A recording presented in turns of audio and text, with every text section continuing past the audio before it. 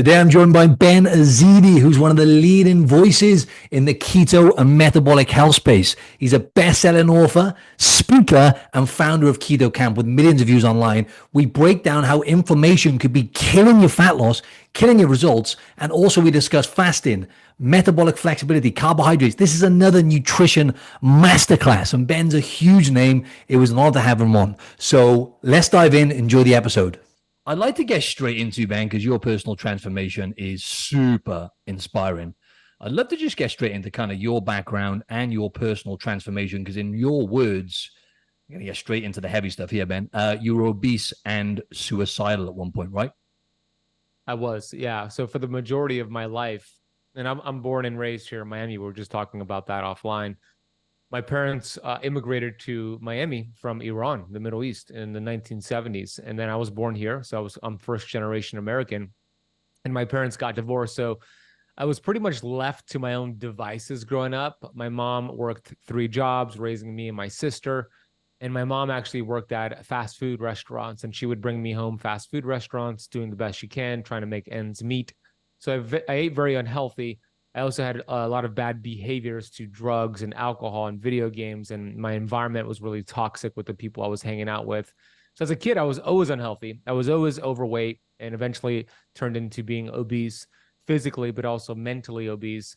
And nothing really changed. I didn't change my habits. I didn't take responsibility until I was 24 years old back in 2008. And back then, the reason I made a change was because I was forced to make a change. I was rock bottom. I was depressed. I was on the internet looking for ways to end my life. I kept exploring that because I was tired of hurting every day and being in pain. At this time, I weighed 250 pounds. I was working at a 9-to-5 job that was not inspiring to me. And I would have taken my life if it wasn't for me thinking about my mother and the devastation she would have to deal with if I took my life. So it forced me to figure things out. And that's when I got into books.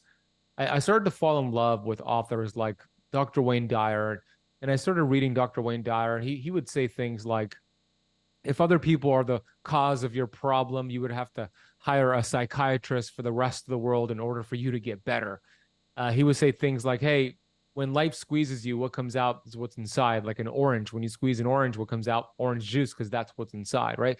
Life had been squeezing me, and what came out of me was negativity, anger, hatred, because that's what was inside. And as I started to learn more about the mindset component from Dr. Wayne Dyer and Bob Proctor and Tony Robbins and so many others, I understood that, okay, if that's what's coming out of me, that's because what's inside of me. And if I could change what's inside of me, then what comes out of me will be abundance and love and health and vitality. So I started to work on my thoughts. I started to move my body. I started to exercise.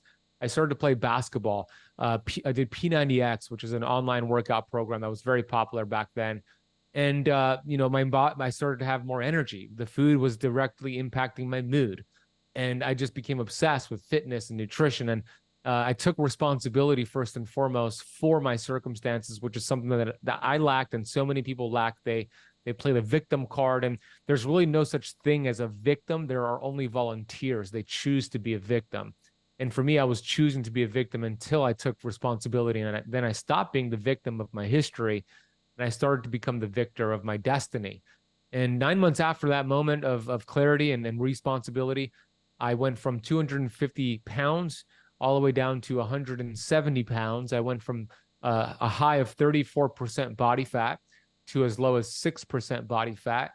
And I finally achieved a physical six-pack, Martin. And for me, that was significant because I always dreamed of that, being the kid that was bullied and picked on for being overweight, wearing my T-shirt and to the swimming pools. Like, a six-pack was always a dream for me. And I achieved that. But most importantly, I achieved what I call a mental six-pack and what it did for my thoughts and my mindset.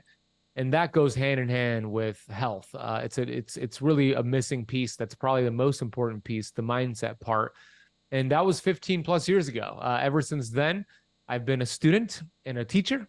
I've been continuously learning and unlearning and relearning. And the goal, as you mentioned with the intro, is to educate and to inspire 1 billion people, to help them reclaim their power back, to get them off the sick care system, to help them understand their body was built to be self-healing. Let's identify what's interfering with this inner physician that we have all within us. Let's remove that interference and let the body heal itself. And that is the mission nowadays. Awesome, man. Awesome. Yeah, you said it then, didn't you, in terms of victim, playing the victim card, right? There's only two ways you can do it, right? You can play the victim, and I know it hurts, right? The other side hurts, right? Because you're taking ownership, like you said, you're taking ownership, you've got to look in the mirror. It's painful, but it's also empowering, right, Ben? When you stop playing the victim and you take ownership for the situation you're in. And that's exactly what you did. But you touched on something before and you said about getting healthy to lose weight, not losing weight to get healthy. Talk us Yeah. through that, man, because you just kind of touched on that then. Yeah, absolutely. And that's exactly how the body works. It does not lose weight in order to get healthy. And unfortunately, especially in the space that you're in, Martin, the more the fitness space, we see that being taught, meaning, hey, if you just want to lose weight, it's all about calories. And this is a controversial topic, right? I'm not saying calories don't matter and we should ignore them. What I'm saying is that it's not the most important thing to focus on. The most important thing to focus on is your metabolic health, your metabolism. How metabolically flexible are you? Because when you become metabolically flexible and you allow your body to utilize different substrates whenever it needs to, glucose, fat, then what happens is the body lowers inflammation. And as a result, your hormones could function better. They could get into the cell and function better. And then the side effect of doing that is the weight comes off. You see, because you're getting healthy to lose weight versus losing weight to get healthy. When you're just focusing on moving more and eating less, you're not necessarily taking care of the cause to why you are overweight. So it's really confusing to people when they just start tracking every calorie and they focus all of their energy into calories, because in the beginning it might work and you might lose some weight, but it doesn't address the underlying issue, which is your hormones and your cell metabolism. So that's my main focus. My main focus is helping people achieve what I call metabolic freedom. And once they do that, oh my gosh, the reason I say metabolic freedom is because they're no longer attached to the scale. They no longer have to track every single thing that goes into their mouth. They could go a day, 2 days, 5 days without food and feel great because they're feeding off their body fat. And that is the goal, to achieve metabolic freedom. As a result of that, the side effect will be sustained weight loss. Metabolic freedom. I love that term. And I've heard you talk about changing your thoughts can change your health, right? As well, which is again what you're alluding to. Because I remember Yeah. you, because you got this. I don't know. Obviously, I can talk about the documentary. I know it's not actually out yet, but you put it on your Instagram, so I'm hoping I can. It's a bit late now. Yeah, for sure. Yeah, share about it. Yeah, for sure. Yeah. Awesome, man. Yeah, just give us some context on that, Banks. I know you did say about how many thoughts we get a day, most of them being negative. I'd love to get a bit more depth on that, because those thoughts ultimately are going to impact your behaviors, and then your behavior is going to be a direct, indicator to your health, right? You said it exactly. Yeah. So that documentary, which I'm grateful to be a part of, is called Biohack Yourself. It's going to be out in 2024 on Amazon Prime. They're aiming to put it on Netflix and some other platforms. And on that clip that you mentioned, the question they asked me, the interviewer Anthony was asking me about, what's your final message? What's one thing you want to leave for the audience? And that was the fact that we have the ability to change our health, good or bad, with our thoughts. And most people don't get that. They might hear that and say, yeah, right, Ben, that is so woo woo. But I'm telling you, there's science to back it up. And the research shows that the average person has around 60,000 thoughts every day. And out of those 60,000 thoughts, about 90% of them are the same thoughts from yesterday. And about 85% of those thoughts are negative thoughts. Zig Ziglar used to call it stinking thinking. And I've been saying that if your thinking is stinking, your dreams are shrinking.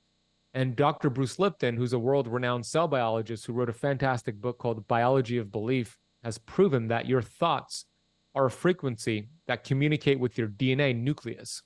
And if it's a negative thought, a hateful thought, an angry thought, a resentful thought, that frequency, that communication sent to your DNA signals to your DNA to produce inflammatory proteins and cytokines, and it shortens your telomeres and it damages your DNA with those negative thoughts. But if those thoughts are loving thoughts, grateful thoughts, abundant thoughts, the same signal is sent to the DNA, but now what is produced are anti-inflammatory proteins. It protects your telomeres, it protects your DNA, and you actually extend your lifespan. So that means if we have 60,000 thoughts per day, we essentially have 60,000 opportunities every day to either put the body in a healing state or an inflamed state. And it's really our choice. But you mentioned something that is really important, because our thoughts do influence our actions. Our actions do influence our results, not just with health, but in life. And then those results influence our destiny, essentially. But even before all of that is our environment. Our environment influences our thoughts. Then you have the following cascade. So that's why we have to go to the beginning and do an audit on our environment and listen to podcasts like your podcast and consume content that's feeding your subconscious mind the right information, the right blueprint, so you could start creating those manifesting those thoughts.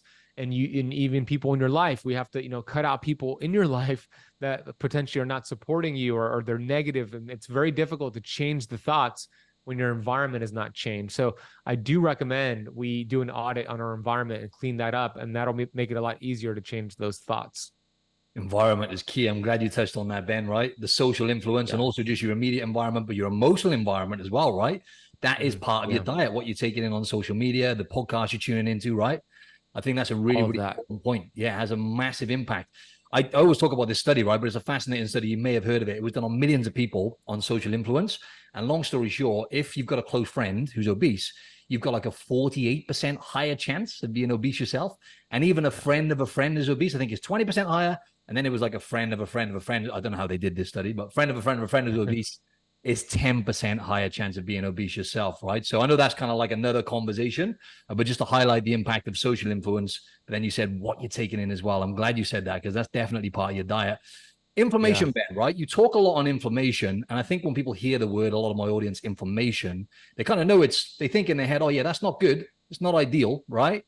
But obviously, we need certain levels of inflammation from training, for example, right, to actually get stronger and everything else. And we need a little bit of stress. But talk us through why you think people are dealing with all this chronic inflammation and what you think kind of the main causes are. Yeah, that's it, really. I was going to say, and what impact, but that's like 3 questions in one then. The chronic inflammation and the main causes you think, or factors, and I know it's multifactorial, but what comes to mind for you, my man? Yeah, it is definitely multifactorial, as you said.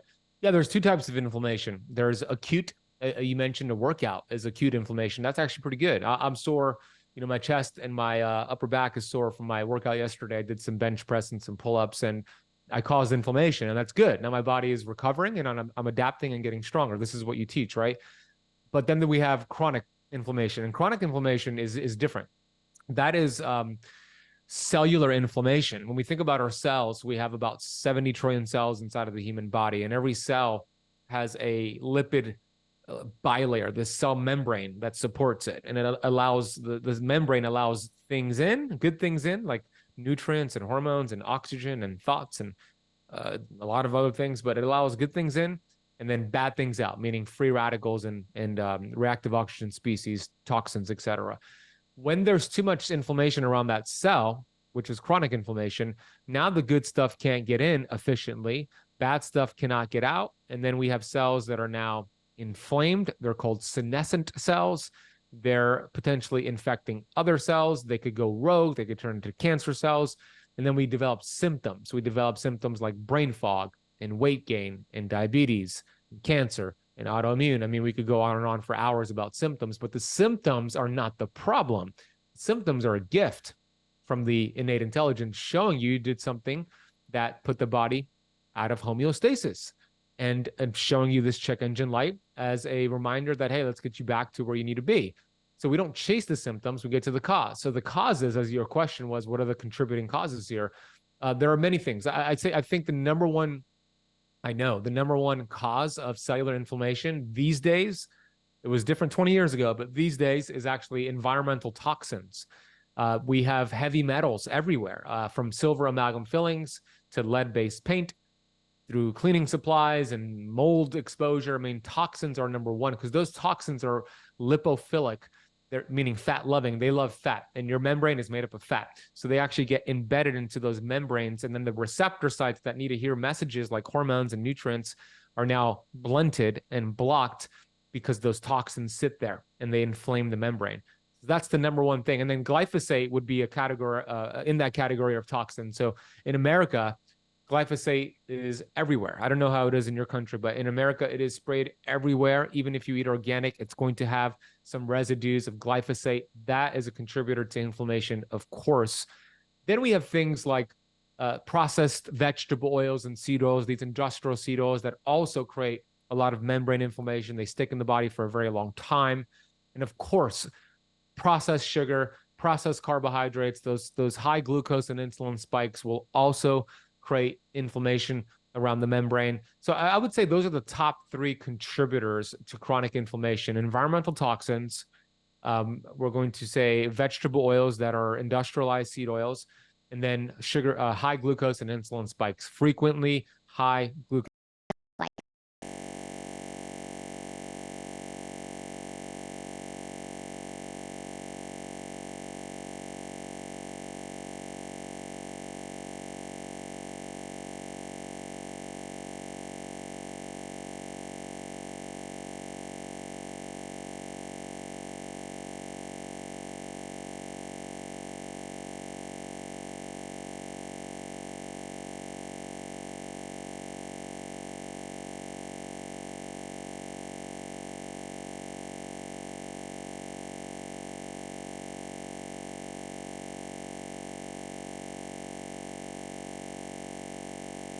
Reserve seat. Enjoy. Yeah, man, that makes a lot of sense. And also the fact that people are overeating, constantly overeating, eating more calories than they need on top of that, right? So then, like you mentioned about metabolic health, but yeah, the glyphosate thing in America, I mean, that stuff is another conversation right now. It's definitely not out here. I mean, America, that's another conversation, right? With the food regulations stuff going on there, or whatever regulation they have, if they have any. But Right.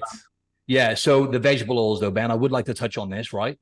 Because I'm constantly having this conversation with clients, and essentially I get them to avoid vegetable oils like the plague, right? And those trans Yeah, fats. smart. Yeah, yeah. So why do you think it's having such a big impact on inflammation? And, what kind of vegetable oils would you say are the ones people should really, really pay attention to? Probably all of them, but are there any that you think are worse than others? Yeah, it's really it's the processing of them that make them bad.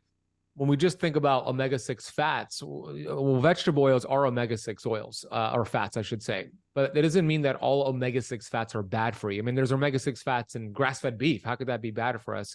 It's when it's processed that makes it bad. And the reason why it is so inflammatory and unstable is because the chemical structure of these vegetable oils, they're called polyunsaturated fatty acids, so PUFAs for short. And I know you know this, but I'm just explaining it for your audience. The reason it's called poly is because it contains many double bonds. So when we look at the chemical structure of these fats, you'll see a whole bunch of these double bonds that are closely located to each other. And the significance of that is that when they're processed with high heat temperature, which they do with these oils, it oxidizes these oils, these fats.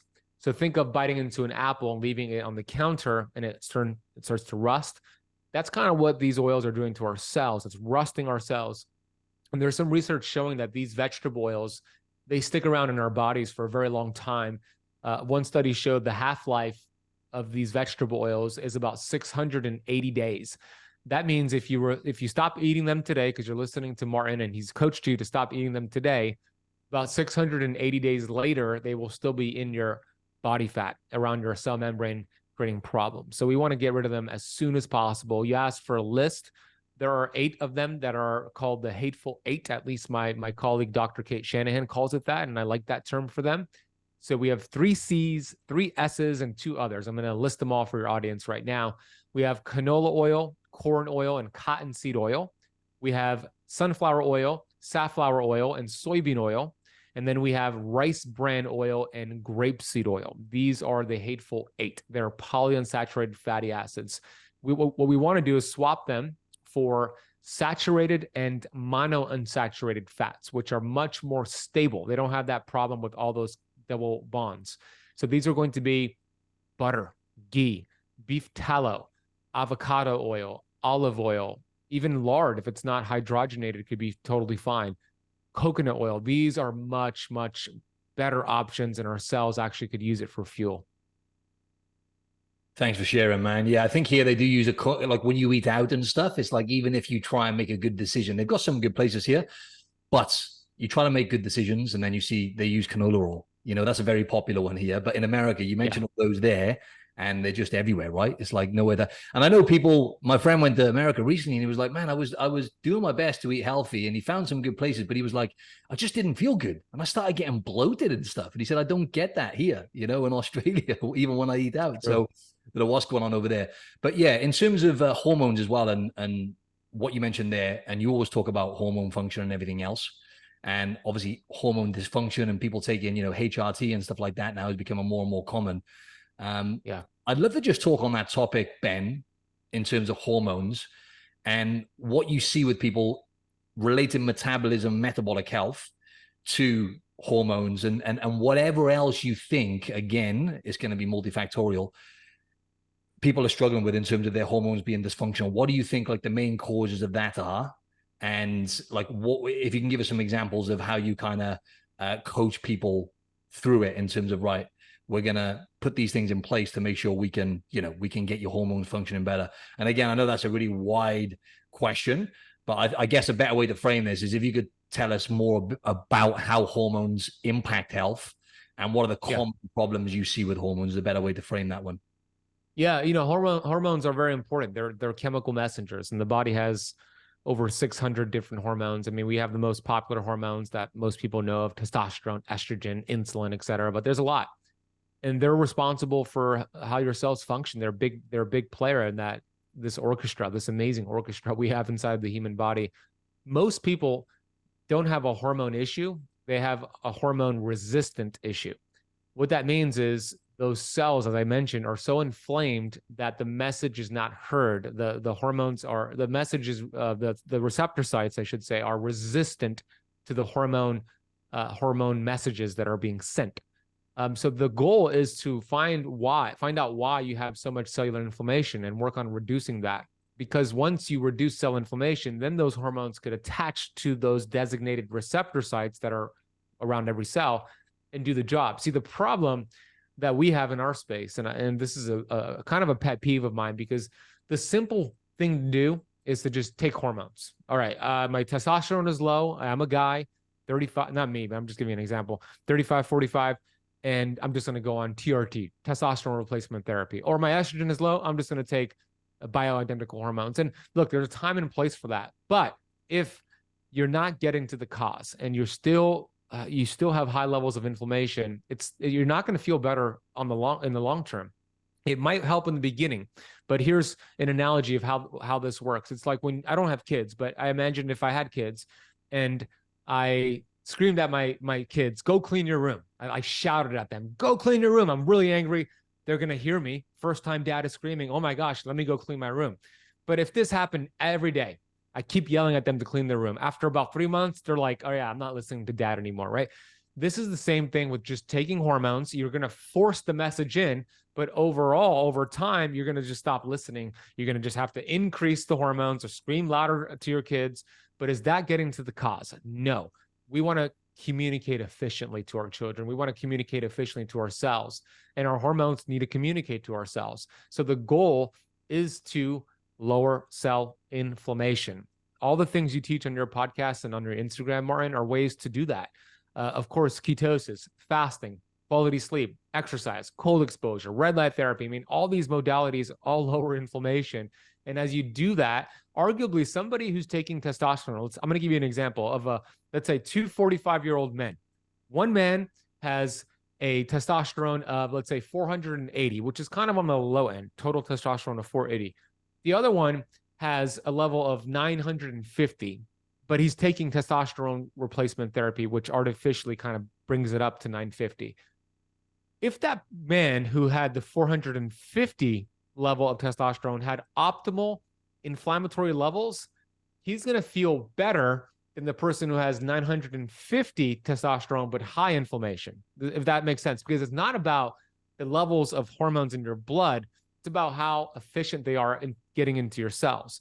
So it's really not about your total amount of hormones. It's about, are they getting into your cells? And the only way it could get into your cells is if your inflammatory levels are optimal.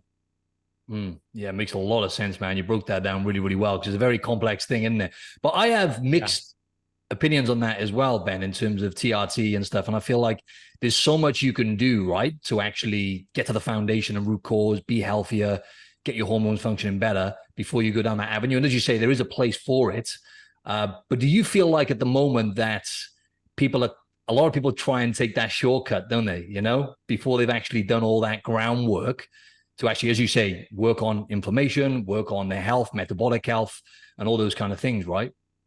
It's exactly it. That's why it's a pet peeve, because they don't do the actual work and figure out natural ways to get their hormones optimized. Instead, they're like, it's just so easy to take a pellet or an injection to get your levels up. And you're going to feel better doing that. I'm not arguing that. You're going to notice a difference. But then what happens?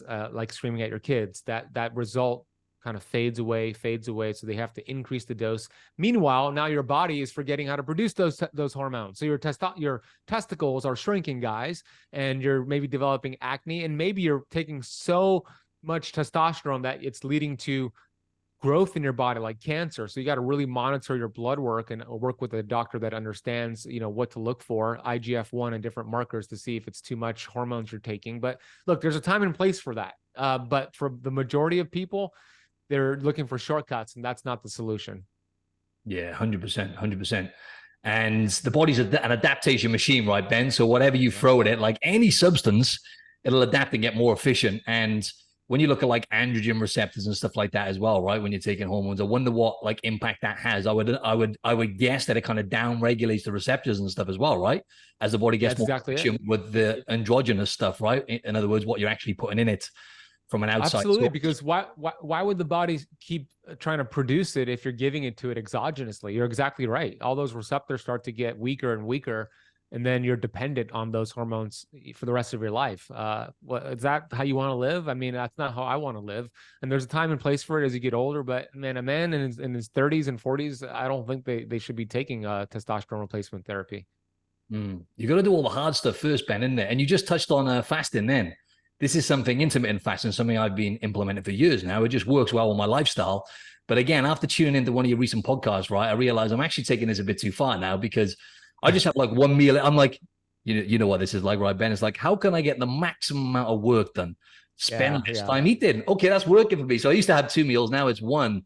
But then I know you said the recent studies show that actually having, and it makes sense, right? Eating earlier in the day, like cortisol levels are higher in the morning, you're more insulin sensitive and stuff like that. And also I would say the main thing for me is sleep, because I track my sleep using the Oura Ring. And what I have noticed, Ben, and I'm aware of it, but I still do it anyway, is I'll have like a big meal, let's say 3:30 p.m. Sometimes like yesterday was 4:30 p.m. And what I'll notice is my heart rate is just a little bit elevated, about 4 or 5 beats above usual. So my recovery is just a tiny bit lower, So I know that. I'm pretty certain that if I ate earlier in the day, because I have a big meal, it's like, over 3,000 calories or whatever. But yeah, all that to say, really, right? Intermittent fasting can be a really, really good tool, right? And it's a challenging thing to do. Dr. Kilt said recently, it's a hard thing to do, going without food, or in fact, abstaining from anything, right? Whether that be food, whether that be coffee, alcohol, whatever. It's challenging. It takes discipline. But give us your insight on intermittent fasting and the benefit, I guess, how people can use this as a tool and the benefits. Intermittent fasting is a fantastic tool, but like all tools, it needs to be used the right way. A chainsaw could be a fantastic tool. If you know how to use it, you could get some really good results. You don't know how to use it, you could hurt yourself. Same thing with fasting and all these modalities that we talk about.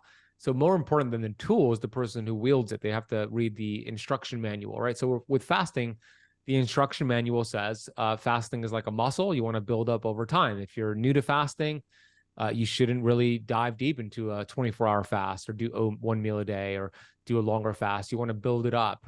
So you build it up by simply starting with 12 hours. And that's very easy. You're done eating at 6 p.m. and you go to bed that night, wake up at the morning and eat at 6 a.m., 12-hour fast. And then you kind of just build it up from there.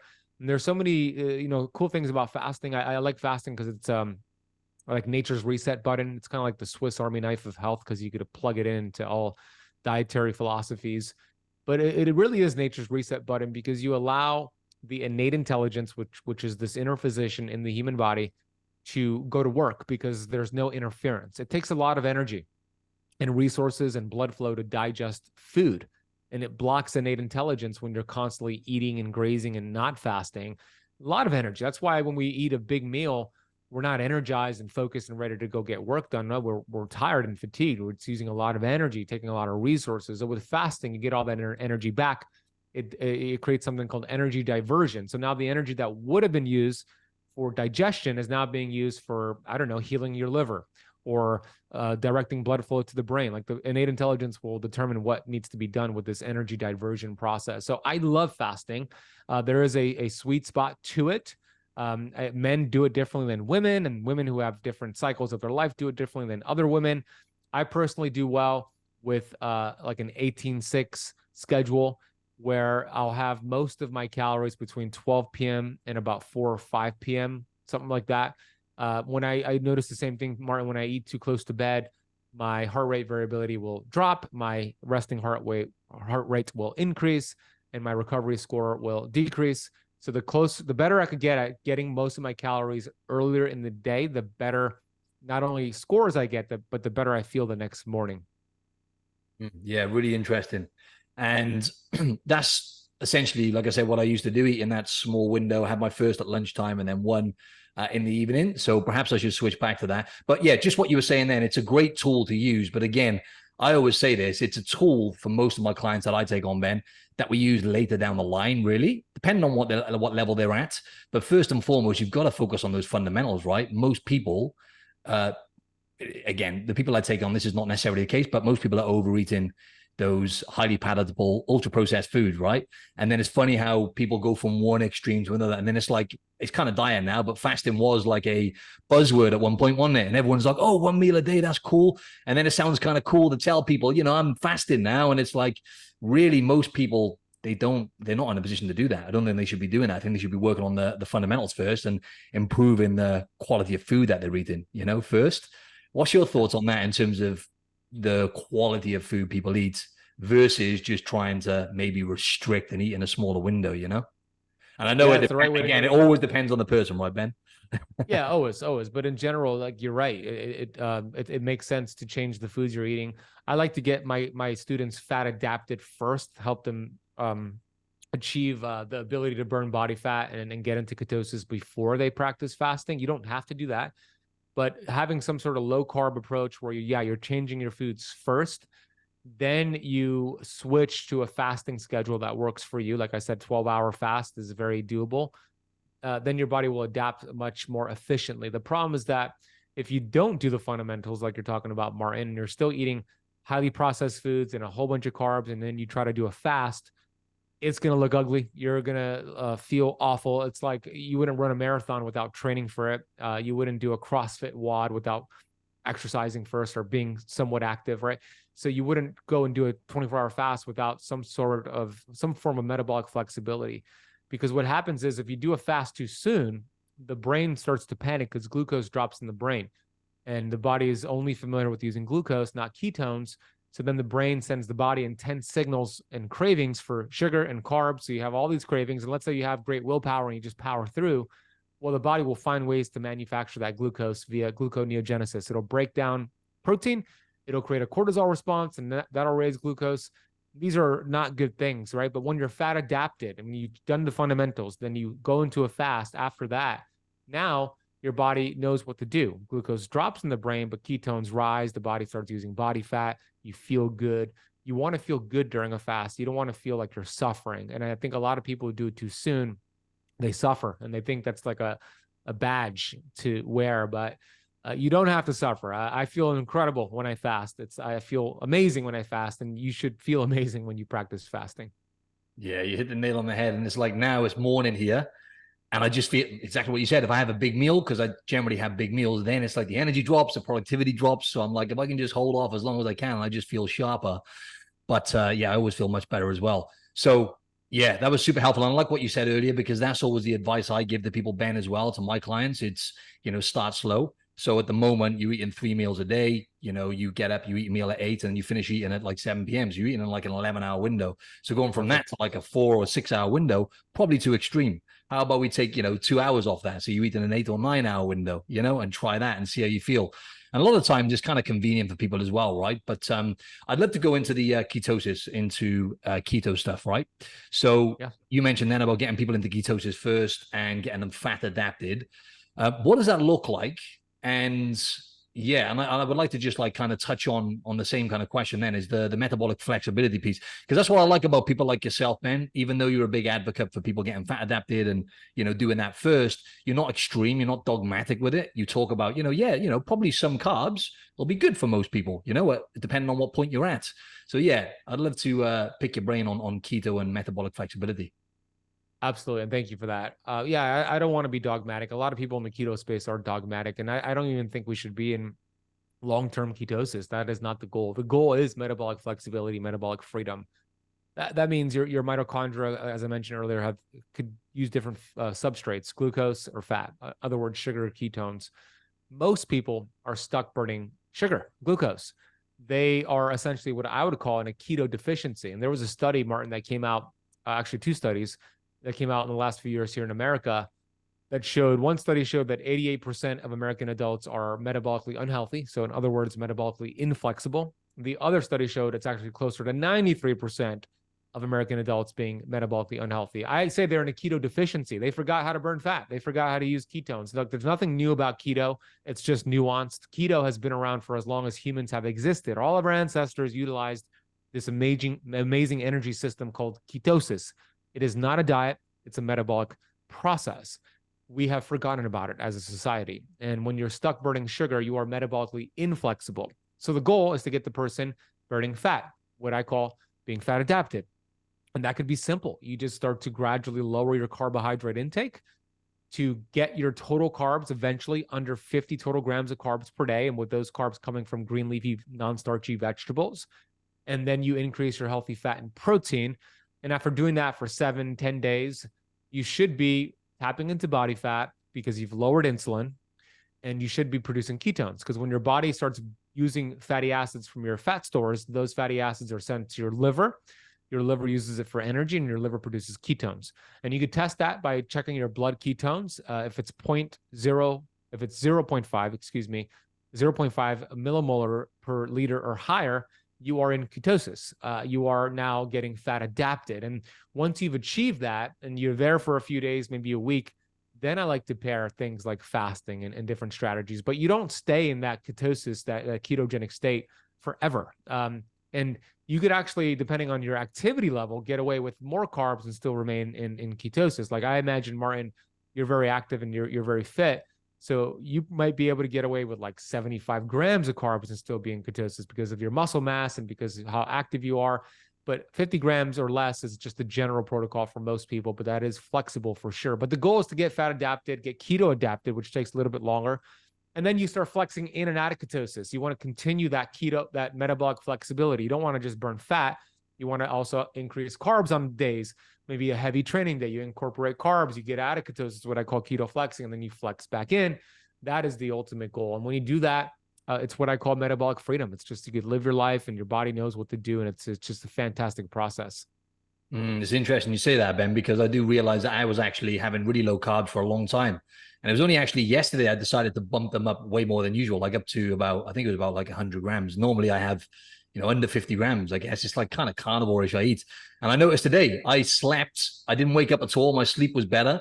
I felt stronger in the gym. I had more energy and I actually felt good. I thought, you're going to get a big crash now after eating these carbs. And I actually felt like just serotonin release, whatever, felt calm.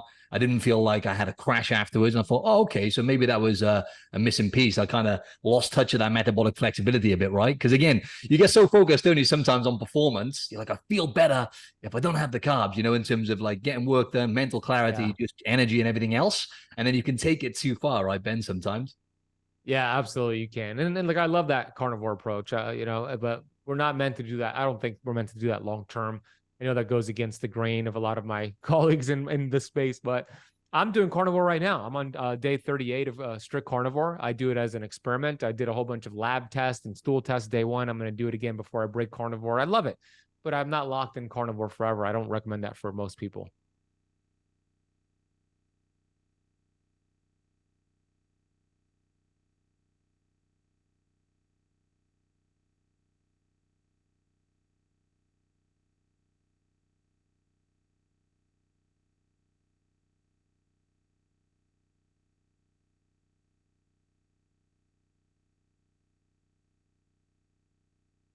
For free. Click the link beneath the show notes. Yeah, really, really good shout. And with the blood work, I'm just curious, have you done that before where I know you've done carnivore a few times. What's the longest you've done strict carnivore for in the past? 60 days is the longest. I've done blood work before. When I did 40 days, I did blood work day 1 and day 40. This time I did blood work, a very comprehensive panel of blood work. And I did a stool test, a gut test to look at my diversity and different bacteria. And I have a CGM on. And of course, I'm looking at my aura scores, so my readiness, heart rate variability, deep sleep, REM sleep, and I'm comparing it to what it was before I did carnivore. So looking at all these metrics, and right before I break this round of carnivore, I plan to do 30 days, but I'm feeling really good, and I actually want to do a little bit longer to see some more changes with the results. So I'll probably go 45 or 60 days, and then I'll do all those tests the day that I break carnivore, and then I'm going to put it together for a podcast and a YouTube to just share what I've discovered with my results. That's awesome. And what was your blood work like on day 0 and then day 60 last time you did the strict carnivore? My blood work was good to begin with. Some of the things that were notable, this was in 2020 that I did this first experiment. So I looked at C-reactive protein, right? High sensitivity C-reactive protein, which is a good marker for systemic inflammation. I believe it was 1.1 on day 1 of carnivore when I did it back then, which is pretty good. And then it was day 40 of carnivore when I broke it. The C-reactive protein got cut in half to 0.5, right? And that's a marker that most doctors, at least in America, look at for risk of a cardiovascular event. So I essentially reduced my risk of a cardiovascular event by 50% by eating nothing but animal fat and protein, which goes against the grain of what most people think. So that improved. My homocysteine levels dropped. My A1C even dropped a point. Everything looked good. And I put those labs, actually, it's on my YouTube channel. I put all those labs where I reviewed it. The only thing that went up is my total cholesterol went up. My LDL went up, but not the bad LDL that went up. It was the large and fluffy kind. And I don't care if my total LDL went up because my inflammation markers went down. That is more important. My triglycerides went down. My HDL went up. So I saw some really cool things, and I expect to see some cool things this time around as well. The quote unquote bad type of LDL cholesterol. What's it called? What's it called again? It just slipped my mind. LDL is what they call bad. HDL is what they call good. But the type of LDL though, did you monitor that as well? Low density lipoprotein. The low density liver. The small particle A is what they call. I mean, small that's particle it. B. That's the one. Yeah. That's the one. Yeah. So that one wasn't elevated too badly then. No, it wasn't. I mean, it was slightly above that reference range, but it wasn't to the point where it was something of a concern because my HDL went up with it, which is protective. My triglycerides dropped as well, which is protective, and my inflammation dropped. So when I looked at the full picture, it wasn't a concern for me. Got you. And diets, right? Let's just talk on that, my man, because I know you talk about the same stuff I do, and you said diets just don't work long term, right? And I always say diets work until they don't work, right? Yes. Talk us through that, because I know a lot of people listening, like, people get into that mindset of which diet's the best. And the answer, unfortunately, ladies and gents, is it always depends, right? It depends on loads of different factors, right? But diets really, even being in that mindset, right, Ben, which I always talk about, I'm on a diet, I'm restricting to achieve X result, right? It's just not sustainable, It does. It's not. Every diet has an endpoint, right? It's not the right mindset. Because it's a short-term thing that you're doing and it's not permanent. A permanent mindset was more of like a lifestyle change, and all diets work, just not long-term. So I love a carnivore diet. I love a keto diet. I love a paleo diet. Heck, even for some people, I love a vegan diet, but not long-term. The best diet is the next diet you switch to. That's usually because the change in the foods actually create diversity in the gut, more diversity in the gut, hormonal adaptation. And that's where people get the benefits. But the problem is that they started this diet. Let's say it's a keto diet, and they start to feel great. They start to get all these results. And then all of a sudden the results are slowing down, and maybe going in the opposite direction. They're thinking, I just got a keto harder. I just got a carnivore harder. I just got to restrict carbs more. But that's not the solution. The solution is to mix things up. I mean, you're a fitness coach, right? You're a personal trainer, right, Martin? Yeah, or transformation coach, whatever you want to call it. Yeah, so I was a personal trainer face-to-face, but yeah, similar sort of thing, just online now and helping people with the stuff outside of the gym as well. Got it. But yeah, so you're in the fitness space is what I mean. That's right, fitness industry, 100%. Yeah, I was a PT for like 15 years. Yep. Yeah, oh wow, yeah. So I used to be a PT too since 2012 to 2019. But 2008 to 2019. But I was going to say every great fitness coach has one thing in common. And the thing they have in common is that they understand that they need to constantly keep their clients' bodies adapting and guessing, meaning they always change up the routine, right? One week could be high repetition, lower weight. The next week will be the opposite, higher weight, lower repetition. These movements on day one, different set of movements on day two. They're constantly changing the routine for their clients because the client's body has to adapt, and it creates this hormone optimization and it creates better results. This is the same principle that we need to teach and utilize with our nutrition. We need to change the different foods we're eating, the different fasting schedule we're doing keto, then doing higher carbs, and then doing paleo. When you start to change the routine, the body adapts, creates healthier mitochondria, it creates more diversity in the gut. And that is the goal, to create diversity and variability with our nutrition. And if we talk to the average person though, right? Let's just say someone listening to this now is maybe just overeating, right? Maybe sabotage. A common thing is sabotage on the weekends, perhaps maybe drinking a bit too much alcohol, perhaps just overeating calories, right? And eating too much of those ultra processed foods. So if we scale it back to, like, let's just say the average person, right? I always say a simple thing is getting good quality sources of protein. And it's magical what happens when I get clients maybe at kind of like a lower level, so to speak, that when they start increasing protein and getting it from real food, you know, like whole meat, for example, and eggs and whatnot, they actually start, you know, stop eating as much first and foremost because it blunts their appetite. They start feeling better. Funny enough, they start seeing results from their workouts. So there's simple fundamentals like that as well, right, Ben? Would you say that people could focus on as a starting point, right? I'm not sure what your thoughts are on that. That's a great tip. Yeah, because when you eat more animal-based protein, it activates different hormones and chemicals in your body, such as cholecystokinin, leptin, peptide YY. These are all chemicals and hormones that signal to your gut, to your brain that you're full. No need to continue eating. No need to go to the pantry and look for Oreos or whatever it is. So you're going to naturally eat less of the processed food by eating more protein. There's something called the protein leverage hypothesis. And I'm not sure if I'm on board with this hypothesis, but part of it does make sense. And the hypothesis goes as such that the reason we have an obesity problem in the world is because so many people are seeking to get enough protein, and they're eating so much packaged food, which lacks protein. So they're overeating with the goal of getting enough protein. And when you actually give them enough protein, they end up not overeating the processed foods. Now, I don't think that's the reason why we have obesity, but I do believe that when you eat more animal-based protein, you're going to naturally eat less processed food. It's a great start, especially for that person who is just eating 400 grams of carbs per day. They're drinking soda. They're just eating fast food. Focus on animal-based protein, and you're going to naturally eat less. You're going to feel more satisfied. You're going to lose weight. You're going to feel so much better just by doing that. Yeah, love that. Love that. And I do want to touch on sleep before we kind of wrap this up, right? Because I know you've done a book on this, and I couldn't finish this off without you touching on the foundation. And I would argue the most important thing, because it kind of dictates everything else, doesn't it? Your ability to manage stress, your decisions with food, recovery from training, and everything else. Talk us through what you would say the fundamentals are, Ben, when it comes to sleep. And I know it's a very complex topic. Yeah, it is complex, and you're right. It is a fundamental. Sleep is foundational. It's more important than diet and exercise. And the reason I say that is because you could eat like crap for months. You could not exercise for months, but if you don't sleep for months, you're not going to function. You're not going to be alive, right? Sleep is important. And I think more than the quantity of sleep you're getting, like just trying to get 8 hours, it's more about the quality. And you mentioned the Oura Ring. Great tool to have to see, okay, I'm sleeping for 7 hours each night, but am I getting enough deep sleep where my body goes into this delta sleep and it starts to burn fat? Am I getting enough REM sleep where my body goes into this consolidation of short-term memory to long-term memory, where it flushes out toxins from the brain via the lymphatic system?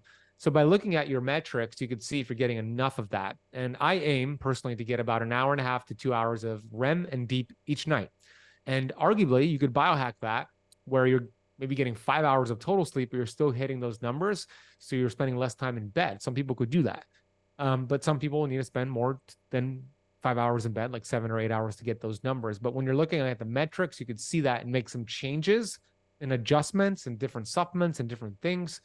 to increase those numbers for REM and deep sleep. Because once you do that, as you mentioned, everything else becomes easier. You think better thoughts. You have better glucose levels. You manage stress better. You're more creative. You're better at training, better at recovering from that training workout.